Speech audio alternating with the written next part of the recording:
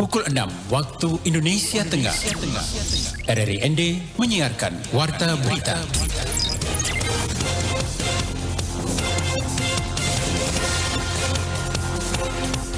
Selamat pagi saudara, Anda mendengarkan Warta Berita edisi penyiaran hari ini Sabtu 6 Agustus 2022 dengan Sari Berita. Untuk mengantisipasi terjadinya gagal panen akibat perubahan yang mulai memasuki musim kemarau, Kementerian Pertanian menghimbau petani di NTT untuk mengikuti program asuransi usaha tani padi. Dalam rangka memeriahkan HUT Kemerdekaan Republik Indonesia ke-77 tahun 2022, pemerintah Desa Nanganesa, Kecamatan Dona, Kabupaten ND menggelar aneka lomba. Bersama saya Leli Kara, kita ikuti segera berita selengkapnya.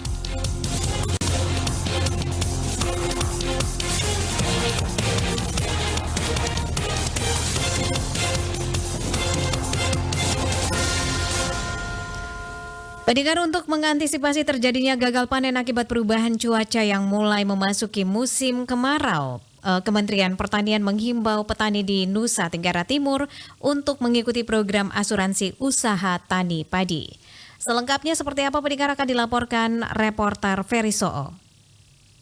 Asuransi usaha tani padi hadir dalam kerangka melindungi petani agar tidak mengalami kerugian akibat gagal panen akibat serangan organisme pengganggu tumbuhan atau OPT maupun perubahan iklim. Kepala Dinas Pertanian NTT Leki Frederick Koli kepada RRI mengatakan, terbitnya program asuransi usaha tani padi ini karena melihat fenomena anomali iklim yang terus terjadi setiap tahunnya khususnya di NTT yang mengakibatkan ketidakpastian di dalam usaha tani untuk menghasilkan berbagai produk pangan dan jasa. NTT memiliki iklim berbeda dengan daerah-daerah lainnya di Indonesia, karena itu di NTT memiliki risiko yang tinggi untuk usaha tani. Untuk itu pemerintah mempersiapkan satu skema yang namanya asuransi usaha tani padi untuk bisa mengcover petani-petani padi yang memang sebagian besar mendominasi pertanian di NTT lebih dari 200.000 hektar. Nah, ini untuk bisa mengcover petani-petani padi yang memang sebagian besar dominasi pertanian di NTT lebih dari 200.000 hektar untuk nanti ketika berhadapan dengan musim tanam 1 maupun musim tanam 2 yang memiliki risiko kegagalan itu bisa di-cover oleh asuransi. Nah, kita di musim tanam 1 itu berhadapan dengan curah hujan yang terbatas atau sebaliknya curah hujan yang terlampau tinggi sehingga itu bisa mengakibatkan gagal panen disertai dengan gangguan penyakit tanaman. Sedangkan kita di musim tanam 2, musim kering, itu berhadapan dengan kekeringan dan hama tanaman. Tentu ini akan berisiko apabila tidak ditangani secara baik, apalagi ada serangan-serangan yang sifatnya eksplosif, itu bisa mengakibatkan gagal tanam. Nah, untuk mengurangi kerugian akibat gagal panen, maka pemerintah menyiapkan program yang namanya asuransi usaha tani padi. Dengan mengikuti program asuransi pertanian itu, petani akan mendapatkan pertanggungan setiap kali mengalami gagal panen. Namun ada beberapa persyaratan gagal panen yang dipertanggungkan oleh asuransi. Setiap kali mengalami gagal panen, petani akan mendapat pertanggungan sebesar 6 juta rupiah per hektar per musim. Nah, di situ ada pembiayaan yang memang disiapkan oleh pemerintah dengan nilai klaim itu Rp180.000. Nah, di situ pemerintah menanggung 80%-nya, sedangkan atau sekitar 144.000, sehingga sedangkan sisanya 20% ditanggung oleh petani atau sekitar 36.000. Nah, ini maksudnya supaya semua petani di NTT yang berada di lokasi-lokasi dan wilayah-wilayah yang rawan atau berisiko terhadap gagal panen, ini bisa kita ajak serta, terutama di wilayah-wilayah yang memiliki risiko tinggi ya. Ada beberapa persyaratan bagi petani yang ingin mengikuti program asuransi usaha tani padi. Petani harus tergabung dalam kelompok tani. Petani juga harus membayar premi sebesar Rp36.000 per musim per hektar dari total premi Rp180.000 per musim per hektar. Sisanya sebesar Rp144.000 per musim per hektar disubsidi oleh pemerintah melalui APBN. Persyaratan lainnya, petani harus mendaftarkan areal persawahan mereka 30 hari sebelum musim tanam. RRI ND Ferry Soo melaporkan. Dalam rangka memeriahkan Hari Ulang Tahun Kemerdekaan Republik Indonesia ke-77 tahun 2022, pemerintah Desa Nanganesa Kecamatan Dona Kabupaten ND menggelar aneka perlombaan. Suima melaporkan. Kepala Desa Nanganesa Ishak Ismail kepada RRI Jumat 5 Agustus 2022 mengatakan kegiatan lomba 17 Agustus ini dilakukan sebagai bentuk rasa syukur dan sekaligus menghormati jasa para pahlawan bangsa. Dijelaskan adapun perlombaan yang digelar tersebut meliputi lomba futsal antar RT dan tingkat anak-anak SD, lomba tarik tambang, lari karung, makan kerupuk dan kegiatan bakti umum. Untuk olahraga kita pembukaan tanggal 4, misalnya sampai tanggal 15 Agustus. Hadiahnya berupa piagam penghargaan, piala dan uang pembinaan dan hadiah lainnya. Lanjut Ishak Ismail, maksud dan tujuan dalam kegiatan perlombaan ini diadakan sebagai bentuk ajang silaturahmi antar sesama warga desa, termasuk meningkatkan jiwa dan gotong royong sebagai wadah untuk saling meningkatkan solidaritas bersama terkait dengan pembangunan yang ada di Desa Nanganesa.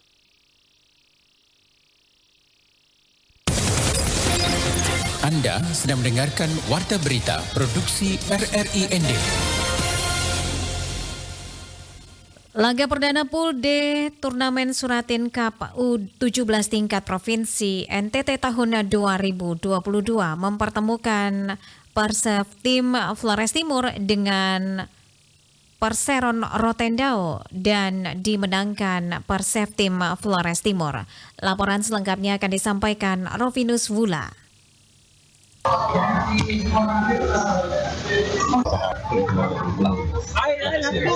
Laga perdana Pool D Persib Tim Flores Timur dengan Perseron Rotendao di Stadion Mariloma ND dipimpin wasit utama Paul Bekak dibantu asisten wasit Yudi Praing dan Doni Goa. Sejak kick-off dibunyikan, Persib Tim Flores Timur yang mengenakan kostum oranye hijau langsung menekan pertahanan Perseron Rotendao yang mengenakan kostum merah. Tekanan Persib Tim Flores Timur membuahkan hasil di menit ke-5. Striker Persib Tim Flores Timur Sulaiman Saki Ama berhasil mencetak gol ke gawang Perseron Rotendao yang dikawal Alwan Delo. Memanfaatkan kemelut di kotak 16 besar Perseron, Sulaiman membawa Persib Tim Flores Timur unggul atas Perseron Rotendao. Namun demikian, kedua tim belum menunjukkan permainan terbaiknya. Serangan demi serangan terus dibangun ke jantung pertahanan lawan hingga babak pertama berakhir dengan skor 1-0 untuk keunggulan Persib Tim Flores Timur. Memasuki babak kedua, pelatih Persib Tim Flores Timur Gary Hayon merotasi sejumlah pemain. Strategi yang dilakukan membuahkan hasil pada menit ke-42. Gelandang energik Persib Tim Flores Timur Aloysius Tukan berhasil menggandakan kedudukan bagi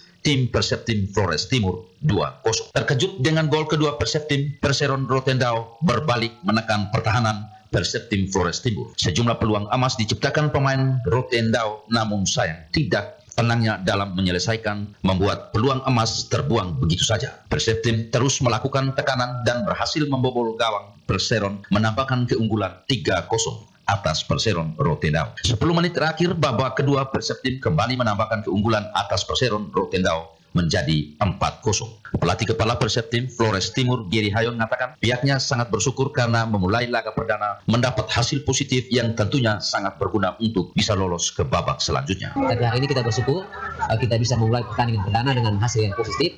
Tentunya itu hal yang sangat berguna untuk persaingan di grup ini untuk bisa lolos ke babak berikutnya. Tadi memang pada babak pertama belum jalan skemanya, tapi babak kedua sudah sedikit berubah dan puji Tuhan kita bisa menambah keunggulan di babak kedua sehingga bisa unggul sampai dengan 4-0 skor.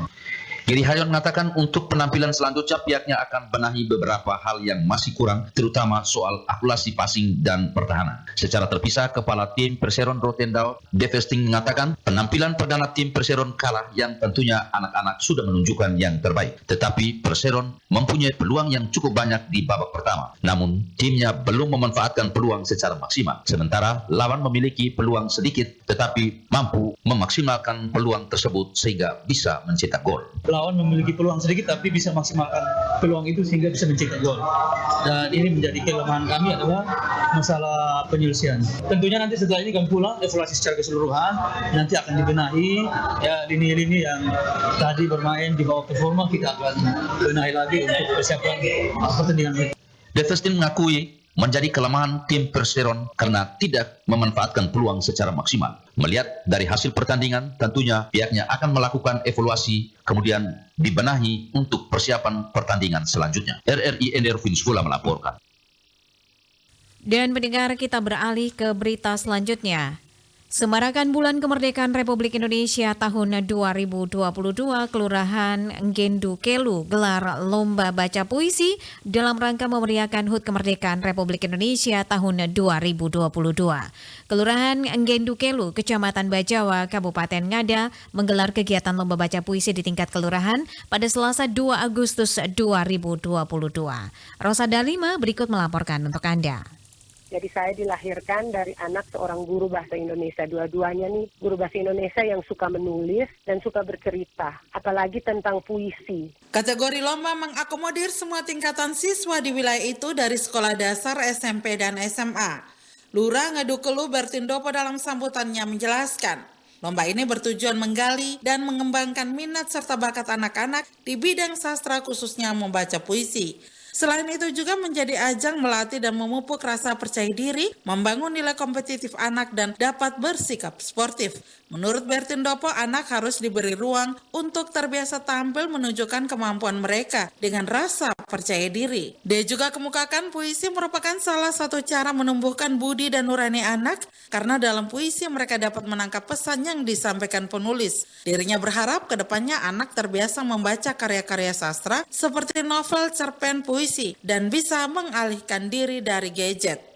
Saya berharap agar anak-anak bisa lebih paham, mereka tidak melupakan nilai-nilai sejarah mungkin dari pesan-pesan puisi. Apalagi anak-anak sekarang, mereka kadang-kadang sudah tidak suka membaca, mereka lebih suka main HP, main game, jadi mungkin yang di situ yang saya ambil. Terus saya pingin mereka juga bisa lebih paham, mereka lebih tahu tentang arti, nilai-nilai nasionalismenya. Mereka bisa diberi ruang untuk mengekspresikan pesan-pesan mereka. Mereka lebih giat untuk membaca, seperti begitu. Sementara itu salah satu Dewan Juri Ignatius Sabinus I yang juga guru bahasa Indonesia SMP Negeri 1 Bejawa menyampaikan terima kasih kepada lurah dan jajarannya karena sudah memberikan ruang kepada dirinya untuk menjadi juri dalam ajang ini. Dikatakan Uno dengan animo masyarakat yang datang menonton, kegiatan lomba tersebut menunjukkan dukungan dan pemahaman pentingnya literasi anak di kalangan orang tua sangat bertumbuh baik.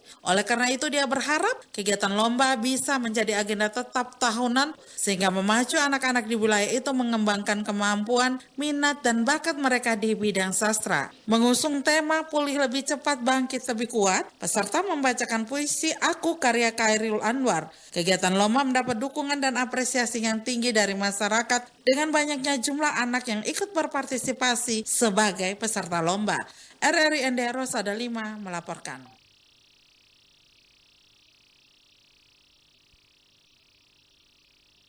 Pendengar Asosiasi Kabupaten Persatuan Sepak Bola Seluruh Indonesia ASKA PSSI Flores Timur sedang mempersiapkan diri menghadapi El Tari Memorial Cup yang digelar di Kabupaten Lembata beberapa bulan mendatang. Veranda Garus melaporkan. Ketua ASKA PSSI Flotim Yosef Tuadolo pada RRI Jumat kemarin mengatakan, seleksi pemain El Tari Memorial Cup sudah dilakukan sejak tahun 2021 lalu. Namun karena adanya penundaan hingga tahun 2022, seleksi tersebut tidak diteruskan.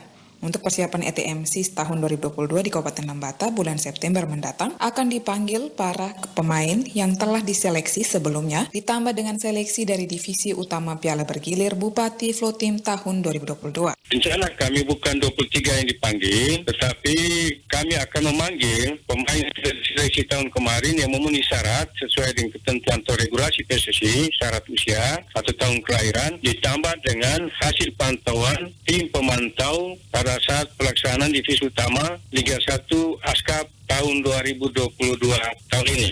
Diharapkan setelah kompetisi ini yang rencananya akan dilaksanakan pada tanggal 11 Agustus 2020 mendatang, dilanjutkan dengan pemanggilan para pemain untuk dilakukan seleksi. Terkait dengan persiapan kesehatan khusus untuk para pemain yang akan terpilih nantinya, akan dilakukan tes lengkap salah satunya pemeriksaan vaksin dosis 1 dan 2. Terkait kesediaan paguyupan selama oleh di Kabupaten Lembata melalui para tokoh yang sudah saya hubungi, diantaranya Bapak Sakrias Paun, juga Bapak melalui Siskedang sudah melakukan langkah-langkah persiapan bersama penghubung dari Panitia Eltari Memorial Cup Kabupaten Lembata, dalam ini Pak Roli Betikeneng, telah dilakukan pengamatan pada beberapa tempat yang bakal diinapi oleh tim peserta tim Flores Timur, dan mereka menyatakan siap menerima tim peserta tim Flores Timur untuk berlaga di Kabupaten Lembata pada LTMC di 2022 ini. Dirinya menargetkan ASKA Perseftim akan masuk hingga babak semifinal dan bahkan bisa mengikuti hingga pertandingan selanjutnya. RRI ND Veranda Garus melaporkan.